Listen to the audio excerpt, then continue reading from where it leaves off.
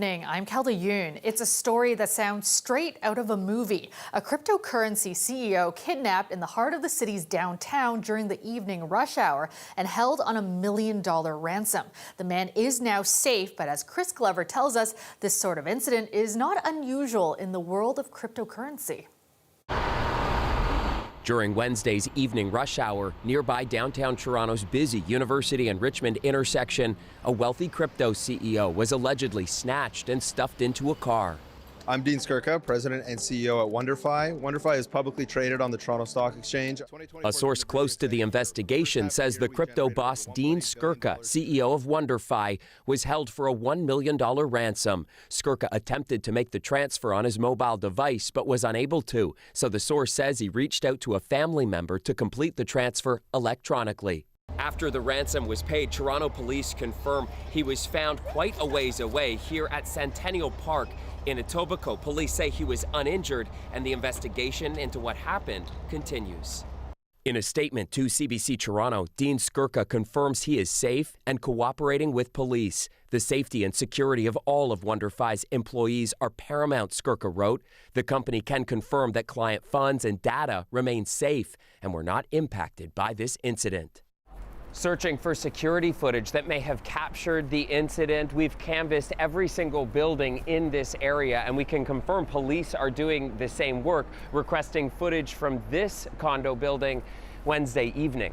People are starting to see the other side. You start to see some of the positive signals in the market. Skirka's alleged kidnapping happened the same day WonderFi released its third quarter earnings results. The company reported a 153% increase over third quarter 2023.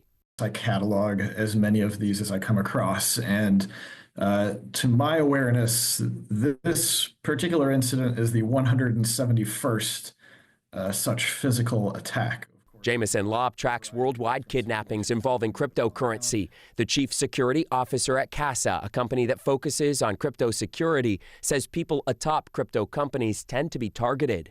Anyone who's high profile in the space, and so of course executives tend to be more public, so that puts them more on the radar for people. The specifics around what happened to Skirka, whether and how he was specifically targeted, remains part of the ongoing police investigation. Chris Glover, CBC News, Toronto. Ontario's SIU is investigating a police-involved shooting in Orillia that left one person dead and an officer seriously injured. The OPP says officers responded to a report of an altercation at a residence on Barrie Road shortly before 2 this afternoon. An individual who was involved was then located on Cochrane Street. During the interaction, police say an officer was stabbed and sustained serious injuries. The officer discharged their firearm, and as a result, the individual was pronounced dead in hospital. The officer remains in hospital in stable condition. A teenage cyclist has died after she was hit and pinned under an SUV at a crosswalk in Ajax. It happened at around 7:30 this morning. The girl was airlifted to a trauma center in Toronto with critical injuries. This evening, police announced she had died. The driver of the SUV did remain at the scene. 3 people have been arrested after a fatal stabbing in a Scarborough high-rise this morning. The building is part of Toronto community housing. And as Nama Weingarten reports, residents say it has a history of unaddressed safety concerns. This man and 2 other women were taken into custody this morning after a fatal stabbing that left one man dead. Police say they were called to this building on Lawrence Avenue near Kingston Road just after 6 a.m. where the victim was found with stab wounds and pronounced dead at the scene. Now, police didn't initially tell us just where in this building the stabbing actually took place, but residents we spoke to outside said they believed it was on the 10th floor. When I went up there, that did seem to be the focus of the police's investigation. Police didn't give much additional information on who the victim or suspects are, what they were charged with, or what could have led to the stabbing. We believe that all parties are known to one another and there is no risk to public safety. We understand that incidents like this can cause concern for the community. If you don't have reason being... Residents say there's a long history of crime at the building, which is part of Toronto community housing. I have to walk my kids out here to drop them to daycare. And my daughter keep asking me, Daddy, what happened? Daddy, what happened? Like, I can tell her that there's a murder in the building. She's going to be traumatized, and I have to deal with that. I'm shaking right now. Yep. That's right. I don't open my door. There's no security in the building. Anybody can just walk in and go where they want. There's no protection here for none of us. I'm a senior living here for 22 years. I protect myself. Nobody protects me. We reached out to Toronto Community Housing Corporation, who said this is one of their highest needs buildings and that they do have security coverage there, including 2 special constables from their community safety unit and third-party security. They said there will be additional support for residents after today's stabbing. Nama Weingarten, CBC News, Toronto. New video from York Police shows a person running into the garage of a Markham home and shooting the homeowner yesterday. Police still searching for the suspect tonight. Police were called to a home near Denison and Brimley around 4:30 yesterday afternoon. Now you can see the suspect get out of a car, walk down the street and approach the victim's home. He then runs into the open garage and shoots the victim before running to a black getaway car and driving off. When our officers arrived on scene, they located a man in the garage suffering from gunshot wounds to his legs. He was transported to a trauma center in a non-life-threatening condition and remains non-life-threatening. The getaway car is described as a dark-colored newer model Acura TLX sedan. Chiefs of police across the GTA say it's been a brutal year for gun violence, with multiple jurisdictions seeing records broken for incidents involving firearms. As Nicole Williams reports, it's a reflection of the steady rise in shootings in Canada over the last decade. Melanie Ward remembers with haunting clarity the moment she learned her son was dead. And I just dropped to my knees and screamed. It's something that will always be envisioned in my head. It was shock, it was denial, it was, how is this possible? Alexander Kirchamaro was on his way to an appointment in Hamilton, Ontario back in March when the 19-year-old was shot and killed in broad daylight. I lost my son. I lost the teenager. I lost the 19 years of his life, and now I lose his future. Her family, one of many grappling with a rise in gun violence this year. Hamilton setting a new record for shootings, 58 so far, compared to 35 all of last year. That is no secret. These are scary numbers. And what we're starting to see is a trending of daytime shootings. And not just daytime shootings, but shootouts between individuals.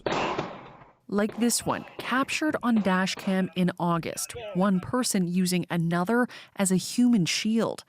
That trend extends across the Greater Toronto area, with shootings up 40% in Toronto compared to last year, 17% in Peel region, and 80% in York region. The most recent data from Statistics Canada shows gun violence has been rising right across the country. And this expert says part of the issue stems from looser gun laws in the U.S. The U.S. has sort of kind of opened the floodgates, and everybody else is sort of getting their crime guns from them. The Canada Border Services Agency says smugglers are using more sophisticated methods to move guns, and agents are trying to adapt. But experts warn that people inside Canada are also getting more desperate. And unless that changes, families are going to continue paying the price. Nicole Williams, CBC News, Toronto. India's consulate in Toronto is canceling some of its consular camps at places of worship due to safety concerns. Now, these are diplomatic visits to process paperwork for matters like pensions. The decision comes after violent clashes in recent days between Hindus and Sikhs in Brampton that had Peel police scrambling. Lane Harrison has more. We're not able to sustain the volume of officers and resources on our own, and that's part of the reality of this situation. Peel police say they've been overwhelmed by violent clashes between Sikh and Hindu protesters. 4 people have been charged as a result so far, with arrest warrants out for 2 more. We have, in fact, this week asked for assistance from multiple police agencies on the consecutive nights, and that's just the reality of mass gatherings. That admission prompting the Indian consulate in Toronto to make the decision to cancel some scheduled consular camps, citing police's, quote, inability to provide minimum security protection to the community camp organizers. The violence first broke out at a Brampton temple where Indian officials were visiting on Sunday. Videos showed some holding banners in support of the Khalistan movement that calls for an independent Sikh homeland, while others held Indian flags. I know that the police are working day in and day out to keep our community safe. And there's a number of pressures, extortions, auto theft challenges, human trafficking, and to constantly have police officers taken off their assignments to attend to an international geopolitical issue to protect a visiting consul general. It's a stress on our local police. According to the Indian High Commission's website, a consular camp was scheduled for Brampton on November 17th, which would have provided people with Indian life certificates they need to access pensions. The life certificates are documents that verify an Indian living in Canada is still alive. While the decision to cancel some of these consular camps will likely make things more difficult for elderly residents, Peel Police are more focused on getting ahead of any potential unrest in the city. We're asking people to not come or attend. There are other ways, at least in the near future, for individuals to find a way to communicate their concerns, regardless of what it is, geopolitically or locally. We are absolutely working with the coordinators of any of the events or protests to encourage them and implore them to not attend. Lane Harrison, CBC News, Toronto. 1,200 Brampton city workers are now on strike after contract talks between their union and the city of Brampton failed to reach a new deal. Clara Pasica reports. Here at Brampton City Hall, one of multiple picket lines throughout the city of Brampton, some 1,200 workers are on strike. These workers are representing areas such as parks and recreation, transit, and road maintenance. And they're on strike here behind me, voicing concerns about what they're saying is corporate greed after management got a raise and they did not receive that type of raise increase. Union representatives that I'm speaking with saying it never should have come to this. There always seems to be, money for management. Earlier this year, over 600 non-union staff management got 4.25. Another 200 got 6%. They're not close to offering the workers who do the job day in, day out. So, Patrick, it's time to talk to the walk, or walk the talk, as they say, and treat everybody fair and equitably. Workers have asked for equal benefits, better annual salary increases, and similar vacation time as non-member employees in management and human resources. We never wanted to go on strike, but our employer, they want to treat us like second-class citizens. But their fight for a better deal is leaving some Bramptonians in for a tough ride. Transit riders are being told to expect delays and even plan alternate ways to get where they need to go. At this bus terminal by Shoppers World, some heading to work couldn't get there. It's affecting everybody, and you can see there are a lot of people standing here, and especially me. I was going to school, but now it's in Mississauga, so it's very hard for everyone to reach at their work. It's stressful for everybody. I think whatever they're asking, it should be paid to them. Brampton's Mayor Patrick Brown criticized CUPE's decision to strike. We bargained in good faith and we made a final offer which was to match Mississauga's recent deal. I'm not going to put a significant tax increase on the backs of residents or cut key services like recreation or libraries or other critical municipal services to meet the demands of CUPE that we believe are unrealistic. While the city of Brampton said in a statement, the city negotiated over 9 months in good faith, putting forward a series of offers that are greater than inflation that do not compromise residents' ability to pay. Also saying the city is prepared to continue negotiating in this context. This Brampton councillor says everyone wants to reach a deal. I think that it is fair. Maybe they're looking for something a little bit more, and that's part of the negotiating, right? You always shoot high and hopefully come to a consensus in the middle. Corporate greed has got to go. For now, those looking to access City Hall services or to reach someone by calling 311 may just have to wait a little longer. Clara Pasica, CBC News, Brampton. Welcome back. And some welcoming news for drivers today. Gardiner Expressway construction continues to be ahead of schedule as crews begin work on phase 2 of the project. This milestone means 2 eastbound lanes on the Gardiner Expressway are now rehabilitated and have reopened. Workers will begin the demolition and reconstruction of the 2 central lanes as early as tomorrow before completing the final 3rd phase of work on the remaining 2 westbound lanes. Construction began in March to refurbish the 60-year-old highway. The work was initially forecast to be finished by April 2027, but in July, the province announced roughly $73 million in funding to ensure construction could continue 24/7. The project is now expected to be done 1 full year early. Jolly old St. Nick is coming to town very soon. The Santa Claus Parade will take over the streets of Toronto later this month. The event has been going strong for 120 years, but organizers say this could be the last. Ali Chiasson explains why. Today's announcement of the upcoming Santa Claus Parade wasn't all candy canes and hot cocoa. Santa needs your help. It turns out money is tight. Some of their corporate sponsors aren't willing to give as much as they used to. And keeping hundreds of thousands of spectators safe and entertained is pricey. Putting on a parade of this size requires floats, security, warehouse space, barricades, etc., all of which are costly. They cite pandemic pressures and rising costs. And without sounding ungrateful, we thank both the city and the provincial government for their support in this regard. But it is simply not enough, not nearly enough. We need the help of the public to save the parade. The parade launched a GoFundMe campaign to make up the $250,000 shortfall so they can put on next year's parade. They've already canceled the live TV broadcast to cut costs. This year's parade on November 24th will be streamed live on YouTube instead. I started going to the parade as a kid. Former Mayor John Tory joined in the call for a Christmas miracle. This is more than a parade. This isn't a commercial venture. This is a nonprofit venture. It is something that belongs to the whole city, and that it is very special in terms of bringing people together and having them celebrate each other. Every year on a cold Saturday morning, Toronto streets are lined with children and their parents waiting to see the Santa Claus Parade. Being 120 years old, the parade has persevered through a lot. A depression, recession, not to mention world wars, a global pandemic. Will it make it to the 121st parade next year? We love you all, and we'll see you at the parade. I know that would be on his wish list.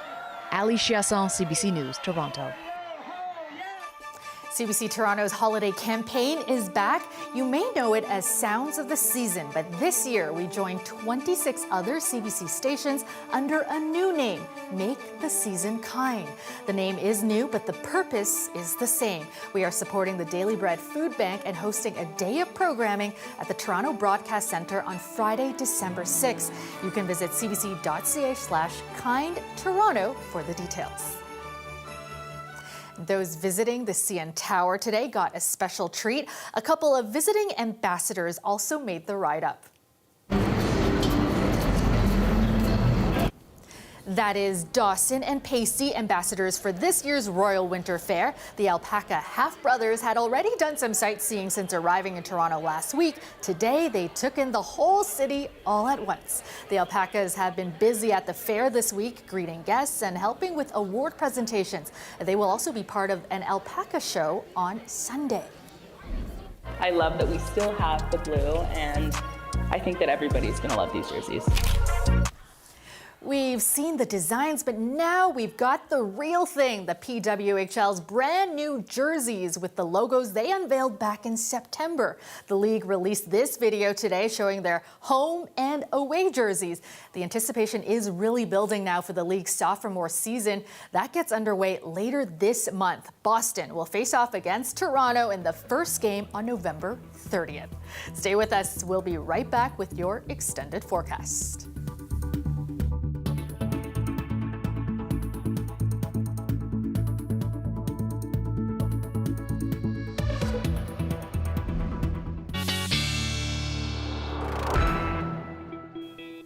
Yeah, Colette, a little cooler today, but we forget this is November. This is it's not bad, right? As we were saying yesterday, we forget that, the last 2 days, that's not normal. The high temperatures we got, right? So this is, it's not so bad. We have that kind of season where it's one thing, I forget a lot of things that aren't okay, but this is, I think it's okay. I give everyone permission. If you've forgotten what November generally feels like, it's been that kind of a season that we've obviously been experiencing.